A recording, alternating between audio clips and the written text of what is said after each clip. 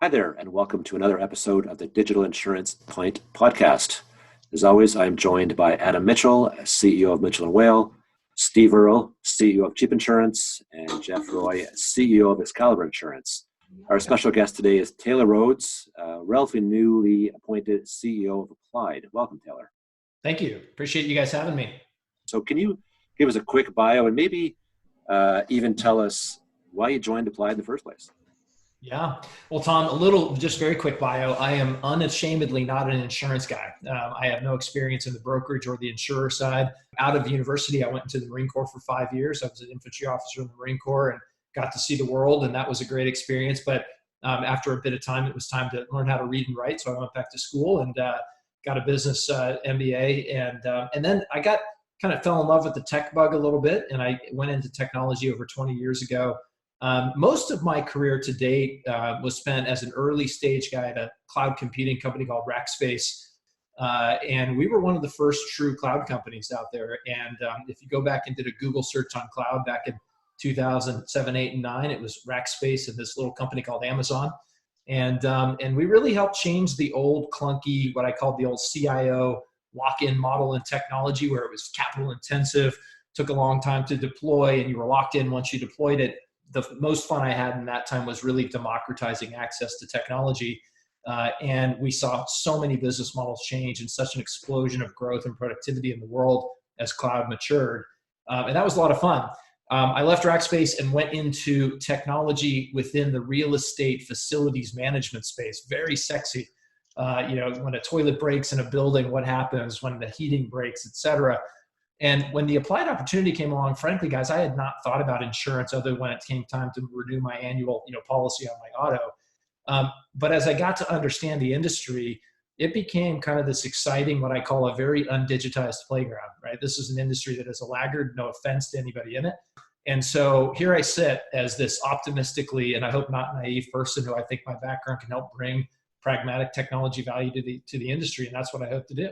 We're almost so far behind, it looks like we're in first place at times. Not a good day. Let's get to know the real Taylor here. So got a few speed round questions for you. Yeah. So Taylor, and they are definitely slanted towards Canada, so you'll have to channel your inner Canuck there. But what is your favorite Canadian band of all time? I'm a classic rock guy, so it's got to be Rush, and it's got to be Rush, hands down. Right? Hallelujah. Oh my God. First person, Tom's favorite band. You're first person that has had Rush ever. Last person too. All right. I like you already, Taylor. Taylor, which beer you got going there? Okay. So I was hunting for a beer called, what was it called? Stay the Blazes Home, which is an IPA from, Steve's neck of the woods from one of his customers. Can't find it in Chicago, but I did find this little gem here, which is the Fin Du Monde. Little. It's a 9%, so I'm not going to try to guzzle this whole thing on this podcast here. You notice that the percentage is a lot higher in Canadian beers than American beers, so it's good to see you jumping in. I admire you guys and your drinking capability. Well, our technology is so far behind, we have to do something, so we need a hard beer, right? So yeah. Hey, what was your high school nickname? Oh gosh, this is a family-friendly program, Steve, so I can't share that. Just give us words it rhymes with. Not falling for that. Okay. Favorite and least favorite part of the industry so far? Ooh. I think favorite is when I came in as a brand new guy, everybody was super welcoming. It's a very relational business, and people are very friendly and eager to help. My least favorite is, it's slow to change. And there's kind of this chicken and egg problem, right? The insurers say, I don't know if I want to spend it if the brokers aren't adopting brokers. I don't know, and the insurers. And so anyway, that's frustrating. Do you know, this may be an unfair question to Texan-born Chicagoan, but do you know how to say seal in French? This is a dangerous answer, but I believe, now if you're talking about the little furry animal, because it could also be, the seal of a signet ring or to close something up. But I'm assuming when I did my homework on this one, you mean folk. We're close. We'll allow that one.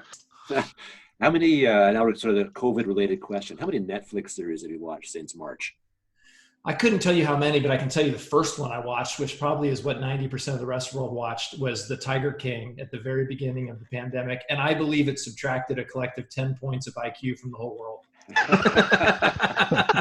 So, Taylor, what Epic is now your flagship product amongst a variety of other products that Applied has. What aspect of Epic are you most proud of? Look, Epic is a very, very complex and feature-rich piece of software. It has so many different elements to it that are about the life cycle of a broker's business, not just for inside the four walls of the brokerage, but connectivity over to the insured and connectivity up to the insurer. So I think I'm proud that it is the leading, by far, BMS in the world. It is used by literally over 150,000 people in North America every single day. But we're also very open to the fact that Epic was designed and built in an era of closed systems, and so we've got a big focus and a big investment journey ahead of us on what we call Epic transformation. And I'm happy to share more as we get into the conversation here. But we sort of try to be students of the big trends that are happening in the industry, and we take those trends and then superimpose them on Epic today. The goods, the bads, and the uglies. And then, we've got a point of view on what Epic needs to change into in the future to, be the leading BMS franchise for the next decade. So proud of what it is, but also, frankly, new guy to insurance with a tech background. I'm the change agent that has to make sure Epic becomes what it needs to become. How fast are you going to move that? Because it's a little slow right now. Well, yeah, Steve. So we started it. Remember, I joined 18 months ago, right? And I didn't bring my magic wand with me. But once I learned where the bathroom was and kind of got to understand the end market a little bit, the first thing we started doing was hiring some talent into our team. So we hired a guy named Rich Belanger, who's our head of software development. Rich comes from outside the industry as well, but frankly comes from a background of taking large, closed, kind of pre-cloud architectures and opening them up, bringing them into a cloud-native architecture. Rich started in February. So we really started Epic Transformation in May, June of this last year. And I'm happy to talk a lot of detail about what Epic Transformation is, but the key guiding principles are openness, velocity, and user experience, and then coupled with digital connectivity.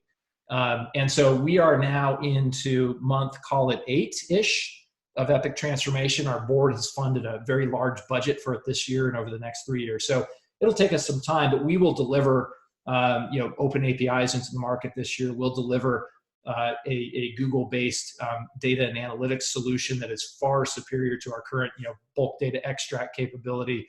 We'll deliver Epic Browser into the market this year, which is, again, just retiring tech debt that lets us go faster.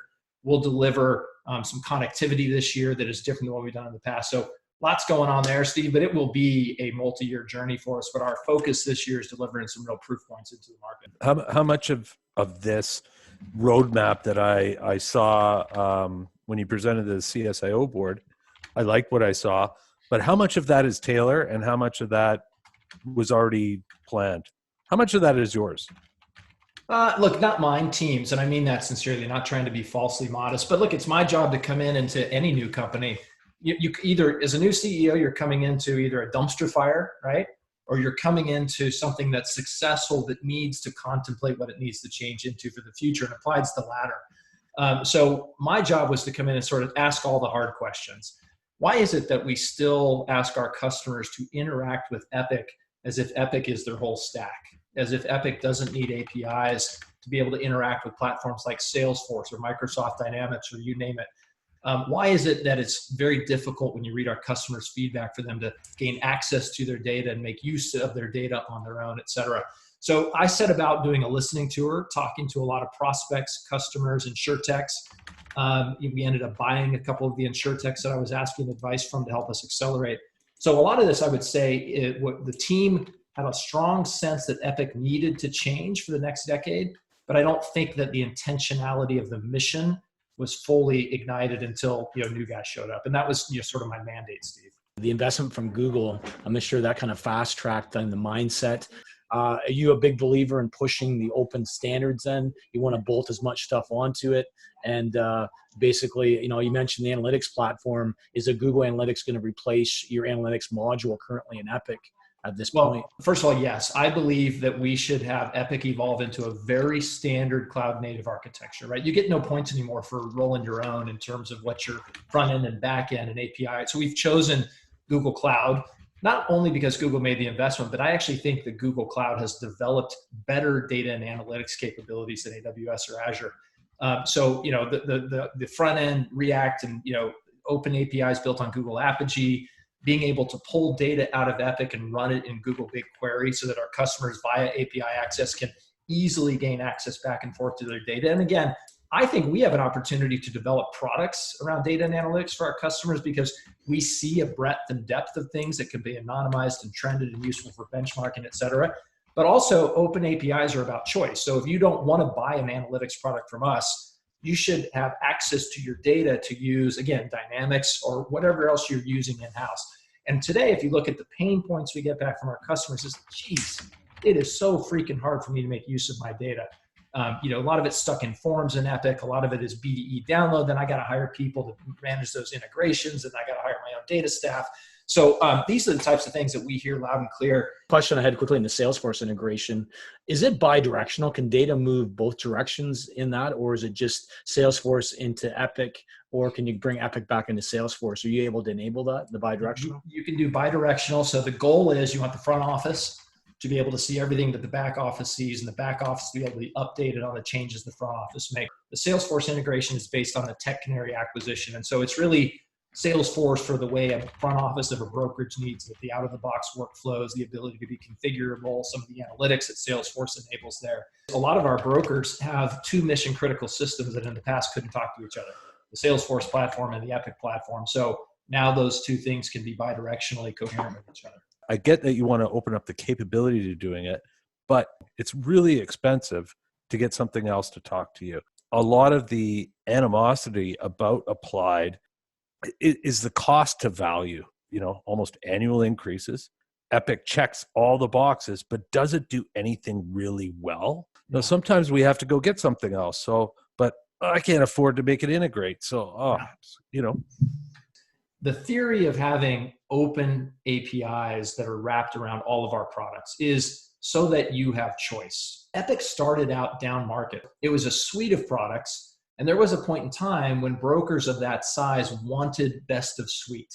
But as we've grown up market to serve more of the medium and large and digital brokers, we know we're not going to be the whole tech stack, right? We're going to be an element of the tech stack. And so, but I do want to make sure that you all have choice and capability. Now, if we build it all and sink a lot of money into it and maintain it and do things like invest in cybersecurity around it, et cetera, we'll charge you something above some volume for API calls, but you should have choice for what you want to use. And that's the premise behind it. The annual price increase I know is a bugaboo in the market, but I will say I will try to defend that because we spend tens of millions of dollars a year on R&D in investing in feature breadth, capability, security, connectivity, you name it.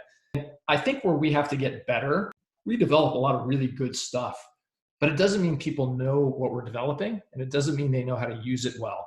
The principle of customer success is don't just go build a product and throw it over the fence. Build a product and teach your customers how to use it and teach them how to get world-class results out of it so that they show up and say, I'm glad I bought that. I got the value out of it. And so I think we have a lot of work to do to partner up with our brokers to help them understand what's available to them within Epic and use it according to best practices. I think that brokers really have a fear. Okay, if I want to learn, I'm going to now get sold a training package. Like I have to pay every time I pick up the phone. It's like, I'm afraid I'm going to have to pay, or I'm going to get sold something here. I agree. Look, we can't put a paywall in front of everybody on everything. Yeah. And so, for instance, this year we launched 2 new products that we're really proud of. One is Epic for Salesforce, and the other is Applied Marketing Automation. And we launched them with customer success teams around them at no additional charge, right? To, again, learn how to do digital marketing campaigns. What results should you expect? How do you make best use of content? How and when do you market to a prospect, et cetera? Applied does tend to charge for a lot of stuff. And so feedback taken, and just know we're putting some things in the market this year to try to learn about that. The one thing I struggle with is I have to buy the rights to certain licenses, then pay a fee on top of that. So if I want to, for instance, add a Policyworks onto my system, I got to buy the rights to the licenses, then I pay a monthly fee. I'm not sure if that's some thinking or some pricing that's going to be reviewed in the future, but it's really all my other vendors I deal with, and we have about 30 or 40 different people in our MarTech or our technology stock right now at our office. We don't have to do that. We don't have to pay that upfront fee. Is that something that's going to maybe change in the future? Or? In fact, Trevor Bunker and I, our Chief Customer Officer, were just talking about this issue this morning. He's got a strong point of view on it. So in the works is our sort of re-examination of how we should charge, what we should charge for, not. So consider that one on the table, because I get a lot of flack for that one. About a third of your broker/agency customers have adopted a customer self-serve portal, and about a quarter of them have adopted a mobile app. Now that number is up from last year, but from your experience in other industries, why do you think brokers at large are so slow to adopt these customer-facing technologies? Frankly, guys, the UX, the user experience in this industry isn't set by us. It's set by big tech, right? It's set by my experience on Instagram or Robinhood or Plaid or whatever app I'm using, Uber, et cetera. And I like to say, you can't unsee that when you come back to your broker. And so why is it the way it is today? Because I think you could get away with it. But I think now venture capital, private equity, lots of smart people have found this space, and consumers aren't going to stand for that stuff anymore. And so I think 2020 is a digital focusing point, right? Crisis is catalyst. But I'm seeing lots of evidence, at least in the medium and larger brokers, that they're trying to figure out how to take big steps forward there. Is there any shift on the mobile, the applied mobile over the next year to 2 years? Just kind of, my big thing is, where's the beef? The functionality has been kind of slow coming. I'm seeing more happening now, but is there going to be a rebuild on the portal version to kind of modernize the look and feel? And is there going to be some more functionality? Is there going to be some beefing up of the mobile solution, or any major rework of it? So we'll start with Epic and Epic transformation, because until we open Epic up and get it API enabled, which, by the way, the APIs will be the same APIs that our product teams use to interact with Epic as well. So we will stage CSR24 in the mobile to be fast follows onto the Epic cloud native architecture, because otherwise it's just sort of toiling with minimal diminishing returns. But yes, absolutely. And we'll also take advantage, Jeff, of some capabilities that we acquired. We acquired Indio recently. Indio has some great customer-facing UX and capabilities to digitally create interactions. And so we've got some leverageable technology to play with there as well. My question was going to play off one of the last points of, hey, we bought Indio. It's got some great UX, and it sisters in my mind next to another acquisition of Policyworks. And so what's some of the vision and plan for what you think and the team for building those two out and getting the best out of them?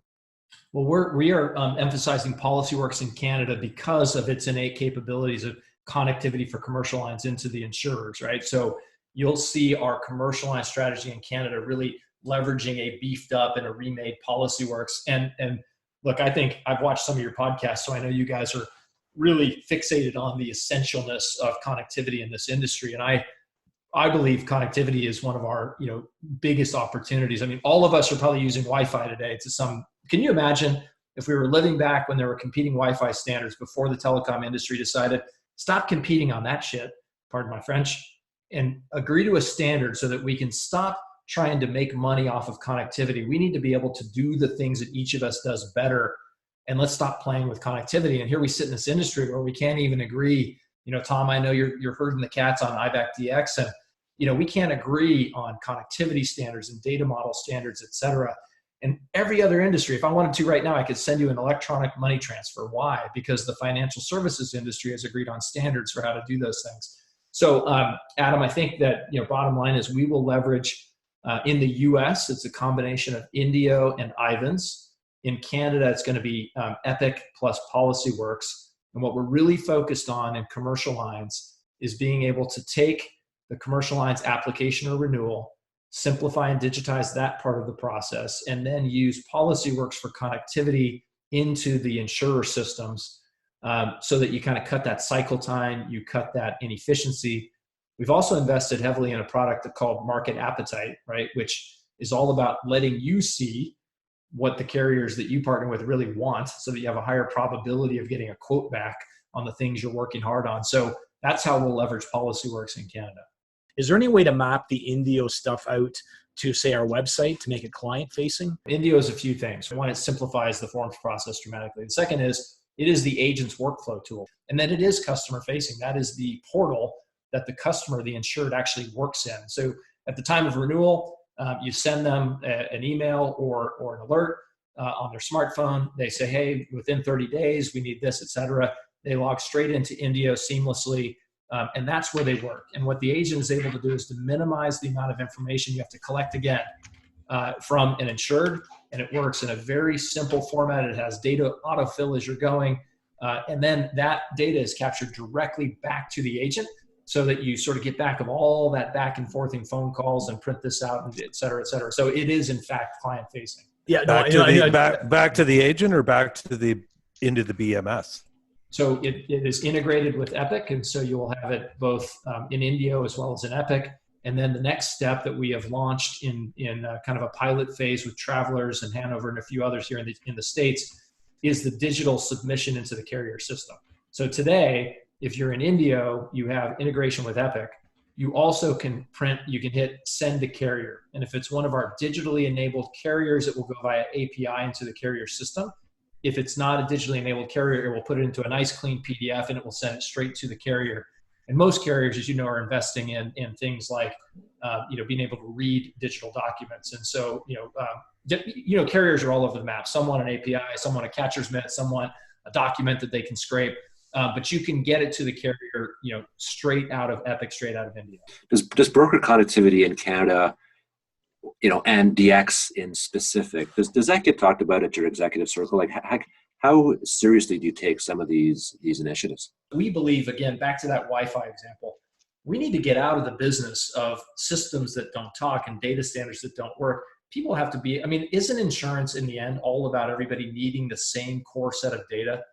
For us, we've got a couple of assets that are very important that I think give us an opportunity and a leg up to go work with brokers and carriers to solve the connectivity issue. But it is a fool's errand if Applied tries to do it on our own. I think one of the things I'm most passionate about is convincing a set of carriers and some of their top broker trading partners to say, we are going to work together and agree that this is a top priority, and we are going to go figure out how to do commerce together in an entirely digital way for these sets of initial lines and prove that it works. And, in the US, we've got an opportunity with Ivans, which is a huge asset in the US.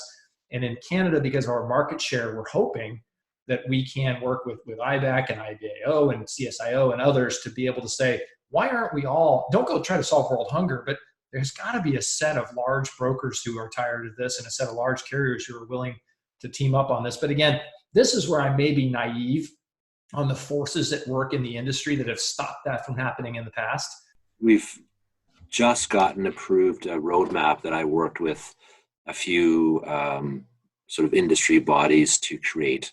The point of that is to share it so you know what that broker voice is and what that broker priority set is. There's been a number of industry efforts that have failed in the past, and for a variety of reasons, one of which I think is sort of the boil the ocean approach. So under the DX banner, we're working on an initiative called the DX Connect Alliance. So I've lined up 6, hopefully 7 carriers who will all be working on the same slate of APIs that will then be shared with the vendors. And they've committed to working with the vendors for implementation, testing, rollout, that kind of thing. So it is not all carriers. It is not all potential APIs, and the user group will not be all brokers. It will be a hand-picked set of brokers so that we can actually, demonstrate real benefit instead of just throwing it to everybody and see what shit sticks on the wall. So it sounds like your thought process and ours are quite closely aligned. Yeah, I think in any big complex problem, you've got to break the complexity down into something addressable to build the army of the willing, right? So it sounds like the approach is, let's not try to solve everything for every line and every place. Let's pick a spot. Ironically, the original name, which I came up with for the group, was the Coalition of the Willing. And Yeah. some folks thought the acronym of COW, myself, was freaking hilarious. I thought it was good. I was a big supporter of the sacred cow. That was awesome. Some people didn't like cows, so we came up with the DX Connect Alliance because that's much more professional. One of your APIs we currently consume is the Fortis API. Does that change in the roadmap or something that you know about? I wouldn't replace it right away. Over time, though, we do want to have a very consistent approach across all of our environments. So, you have to be pragmatic on these things too, Adam, as you know. It's just like the same conversation Tom is. When you have a surface that's as big as Epic, and then you get into ARS and you get into CSR24, et cetera, my job is to help us pick our shots that are the most high leverage things first.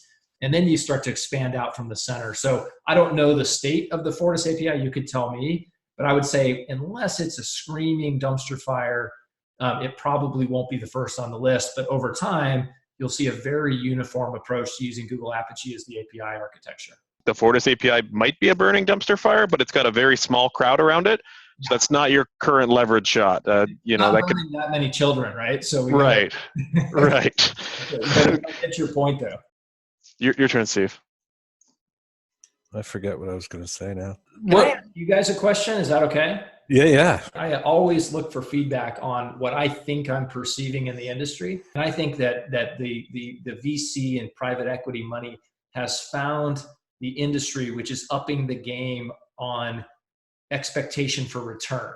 And so therefore expectation on applying technology to juice the returns that these investment dollars are getting is creating quite a head spin for a lot of brokers, right? You've got technology vendors coming at you left and right, that you got to get to the cloud, et cetera, et cetera. So this whole notion of kind of rapid technology change here has found the industry, and brokers need help to decide what to adopt and who to work with and what's my best bet to move. Would you guys agree that the industry as a whole has been found, discovered, and the heat lamp is on in terms of being able to apply, digitization to leverage returns? I would agree with the core concept, but from a bit of a different cause, at least in my small business perspective. I think I'm working hard to try and future-proof ourselves. Mm-hmm. We're trying to be ready for what's coming. And I think one of the things that might come that doesn't get talked about loudly a lot is the margin will get squeezed, right? And the fairness to consumer and the commissions that get paid to agents and brokers and pieces, so there's no VC that owns us to put the pressure on it, but I'm sure trying to get as efficient as possible so we could sustain into one of these nuclear bombs coming down the road. We need to remove steps. We are the most discombobulated insofar as financial industries go. We're a shit show. Like Adam said, if those margins are getting crunched, I can't afford my margins to get crunched right now because I've got 20 things to do on one transaction. I need them to be 2. Steve points out, we're in a battle against friction.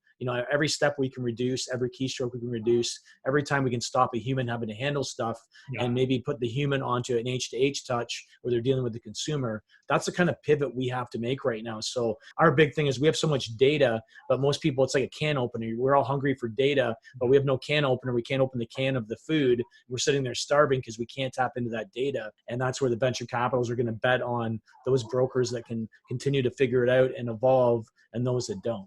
The good news is other industries have solved this problem. It's simply figuring out how to structure useless data today, because let's be honest, a lot of the data you need is stuck in a PDF form somewhere, stuck in a system that hasn't been structured, hasn't been OCR'd, hasn't been turned into useful data. And so you can't wave a magic wand on this one either, but you can start to create structured data over time that allows you all to know the things you need to know to make yourselves indispensable to the carriers. And I think data obsession is absolutely, something you can't have any conversation without addressing. Do you see a way, the next version of Epic being a version, and again, whether it gets rewritten or not, where people are using the same structured data, and it's a lot more similar? You move to more of a case environment where you're analyzing not policies but cases and get the insights around that, both the structured, which is your forms, your activities, and the unstructured with social media, phone calls, all that kind of stuff. Do you see a world where that's blended together and then brokers can actually do something intelligent with it? Yeah, so that was one of the reasons I really loved Indio. Indio underneath it is a structured data machine, right? It captures every piece of risk data as a discrete object in a structured manner goes into a data architecture that is very reportable, very analyzable, et cetera. And so, today, like you said, in the old days, the value in Epic was, I want to be able to do what I want to do. And today you find out, well, if everybody enters something differently or makes a typo or uses the field for another thing, good luck, right? And so, the future of data has to be structured, usable data. And again, that's behind also starting to get data out of Epic, putting into Google BigQuery so we can use ML and AI tools to be able to help you make sense and start to structure the data. Talk about a long journey, though. I mean, look, you can start to do things differently once we have this capability for go forward things. But a long journey for the insurers as well as the brokers is to take all of the unstructured data in the world today and start down the longest path, which is to start to structure. And that's why you see a lot of VC money going into firms like Groundspeed and others who are making big investments at scale to go start to tackle, how do I take unstructured, useless data and turn it into structured, useful data? Yeah, the other one is obvious, but it's broker consolidation. I think, again, because private equity has found the space, because debt is almost free, you see this world of the big getting bigger. And so therefore, so what? Well, bigger getting bigger, which means the role of technology to create scale and consistency and returns is very important. Big getting bigger also means that you're going to see brokers start to have more leverage over time with carriers, right? Because they will have, bigger books of business, they'll have bigger presence in the market, et cetera, et cetera. And so this notion of broker consolidation and big getting bigger is important from a technology standpoint, but I think it also shifts some of the ecosystem landscape over time. And I think also, because you can sell your business today if you're a broker that has a decent book and get such a high return, you'll probably see an acceleration, especially with people with COVID fresh in their minds, of selling. So I think the wave of consolidation is going to even pick up from here. Yep. Yeah. Other ones, real quick, are blurring lines, right? It used to be that you had brick and mortar, independent brokers, and you had carriers, and everybody did what they did. Today in the States, Brown & Brown, just bought CoverHound, a fully digital agency blending with a bricks and mortar agency. You see, another client of ours in the States, talked to yesterday, has a segment of his business called MGA of the Future. And in his MGA business, he's getting both broker and carrier economics. And so I think this blurring of the lines, technology has to enable innovation to help you change your business model and get into new parts of the insurance value chain over time as things shift, right? Yep. Do you see, sorry, but I was going to say, do you see brokers, now that we got scale and volume, do we need the companies? Do you see them eventually going directly to a reinsurance and cutting out the company? Is that trending more in the US right now, or are we on the cusp of that? Like, there's some barriers for us to do that experience and handle claims, but with these APIs opening up, those doors really open up, right? Well, I think however it plays out, as the brokers get bigger, technology enables blurring of the lines, business model innovation. The name of the game is to keep as much of the profit chain as you can, right? And so if you could be able to start to build a big MGA business that does a lot of what a traditional carrier is, skip them, go to a reinsurer and keep more of both the broker economics and the carrier economics, why wouldn't you do that? And then the last one I mentioned earlier, it's just the user experience, Steve, to your point, taking steps out. Why are directs doing so well? Why was there a big study out recently in the US that directs did way better than traditional independent agents during COVID? It's because they enable that user experience. It's omni-channel, it's simple, it flows. And so, I think we're not competing in the insurance industry with other insurance things. We're competing with apps out in the world that set the experience expectation for how you interact with the vendors you work with. So I think a lot of people are extremely nervous about being able to have a modern user experience, which allows them, again, to keep the value in the value chain versus having customers, say, I don't want to deal with a traditional broker anymore and I want to go to direct to somebody else. Well, if you can find your next girlfriend with Tinder with your thumb, your insurance should be that easy, right? So. Who do you feel is responsible for directs taking market share over the last 20 years? Because we have everything going for us. I mean, we are the Amazon. We have choice. Yeah.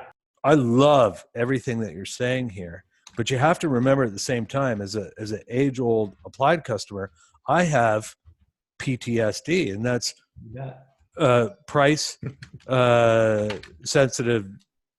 What's PTSD stand for? Yeah. I think it's post-traumatic stress syndrome. I have price traumatic stress disorder, because every time I have a good idea, I have to go, what's that going to cost me with Applied or my vendors or whatever? And then you sort of back off because it'll create more friction versus being easier, but it's a great idea. I want to put a third hat of blame out there if I can, because Sure.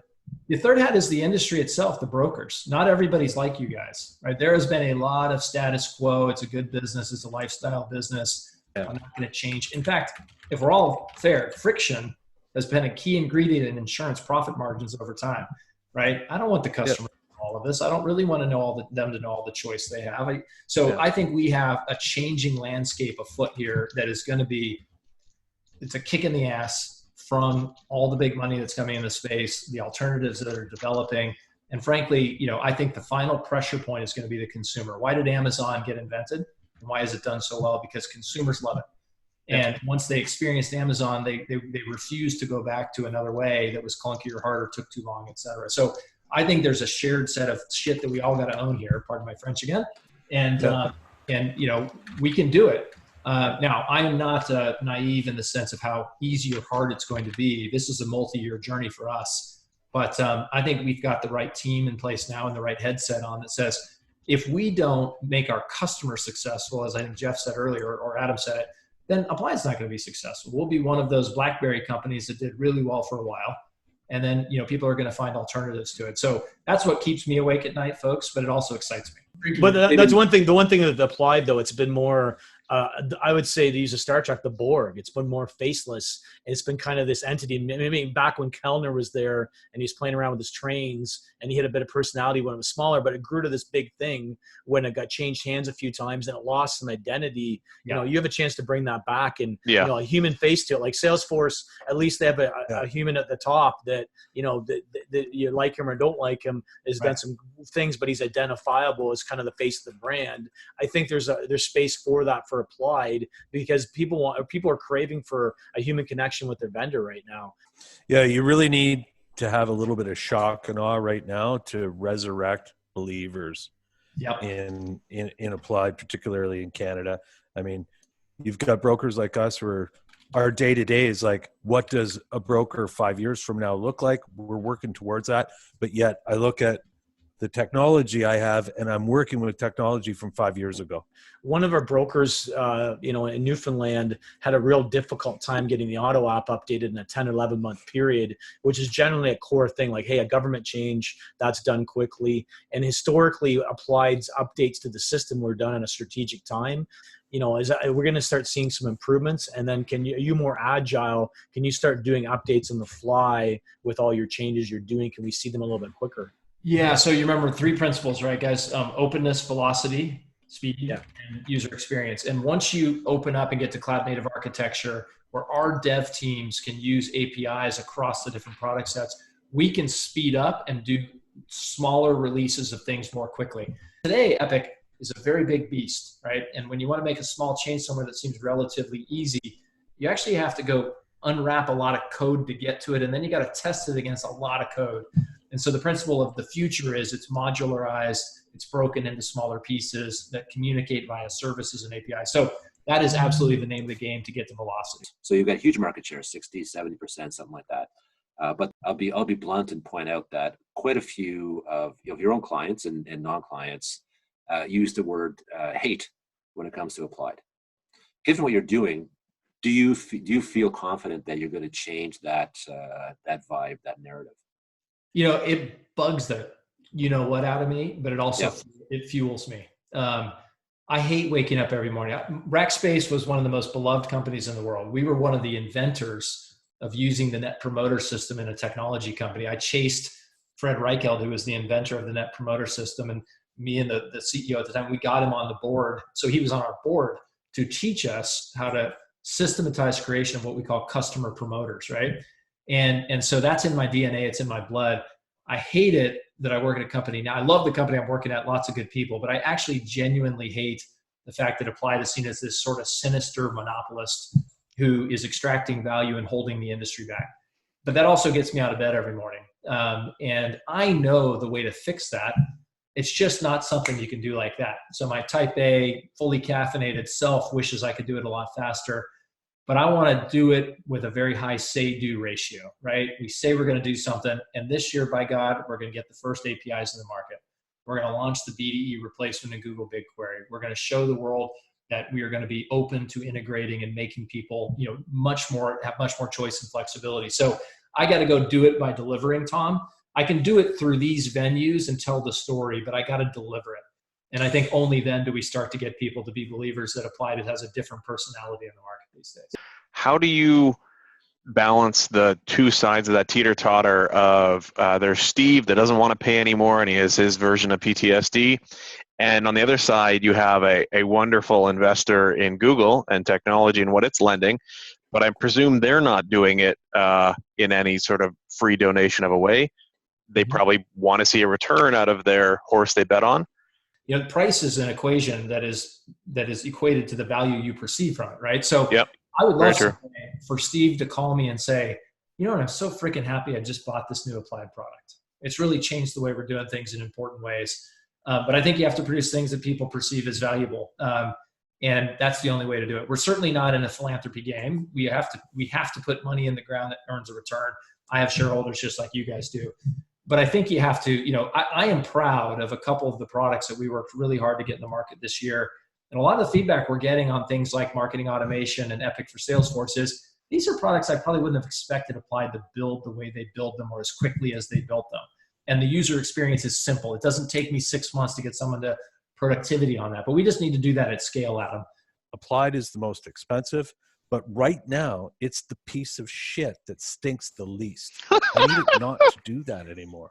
All of our BMSs in Canada anyway are not giving brokers what we need to really to gel and get cadence and start to take market share and do what we want to do. Everybody kind of sucks. And I know the insurers have a lot to do with that as well, but man, like everything that you're talking about has me pretty juiced up here, and I appreciate it, Taylor, but I really need to know that this isn't like a 10-year stretch, man. Yeah, we got to prove it to you guys. Message received loud and clear. The reason I agreed to do this with you guys, not because I thought you'd be easy on me. I knew you'd be hard on me. But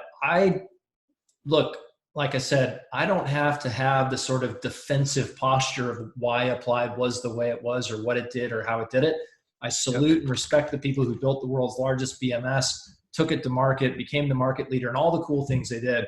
But you know what? I get to sit with our folks and say, hey, it's not good enough anymore. If you want to be a world-class software company, you got to do things differently. And by the way, you're not competing against Vertafore or Keel or any of these guys. You're not. You're competing against world-class software companies. That's it. So let's wrap this up here, guys. So as promised, Taylor, you get the last word. So you can take us to close here, give you as long as you want, say anything you want, go for it. I just want to thank you guys for having me. This is great, right? This is a real no bullshit venue. You can talk about real stuff. I want to thank Steve for all the easy questions that he threw my way. I appreciate softballs right across the plate. But in all honesty, this is wonderful. And I am a student in this industry. So being able to hear from you guys, hear your questions, hear frankly what you don't like is super important to me. So thank you. You have my commitment that over time, and again, I apologize, I can't do it overnight, but over time, you're going to see Applied have a different personality, different behavior in the market, deliver value, et cetera. And along the way, the only thing we can ask of you all is keep being hard on us, because when you're hard on us, it gets you out of bed in the morning and it makes you realize there's a sense of urgency to your mission. So someday I will hopefully have some beers with you guys and you're going to say, wow, over the past couple of years, look what you guys have been able to do with us. But until then, that's my mission. So thanks for having me. That's awesome. Thank you, Taylor. Cheers. Yeah. Cheers.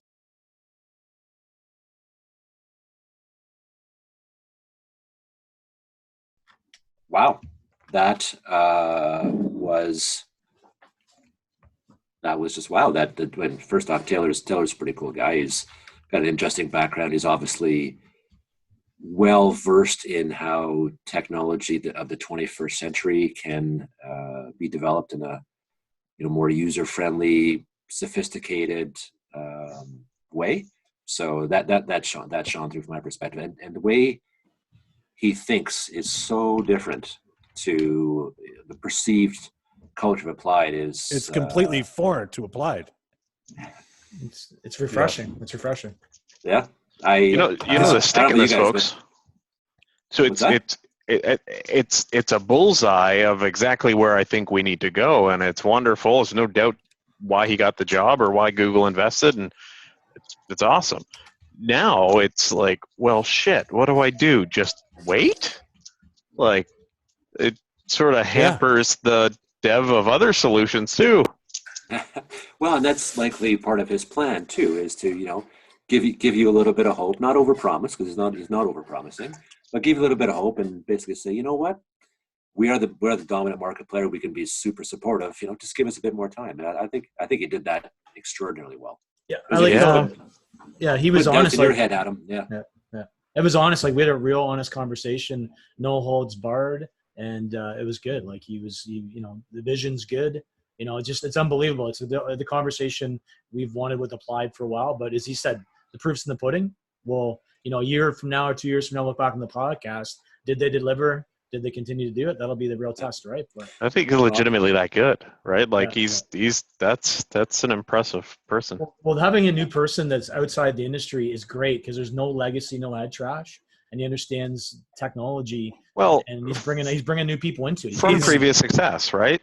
There's millions of other people from outside the industry you got to hire to do a shit job, but man, this guy looks well posed to do a really good one. Has a pretty cool track record. What I want to know is those timelines, because we can't wait forever. But I mean, if anybody's poised to do this, he's a seriously smart dude. You can tell that. And he was a Marine. So the military in him, hopefully that will put the pressure on, getting things done. Yeah. It's good. It's what we've been waiting for. It's going to push everybody to a better level, and that's going to make us have a better chance of survival and be in a lot better place in a year, 2 years from now. So it's really cool. One question, Adam, that I have for Jeff is, how hard did Una have to slap you to break your glasses like that, Jeff? Can't do anything. I had my they dropped, and I can't, because of COVID. I can't. They're my bifocals, my progressives, so I have to wear them. So that's the story that Una's making him say. That's right. Because she slapped him really hard.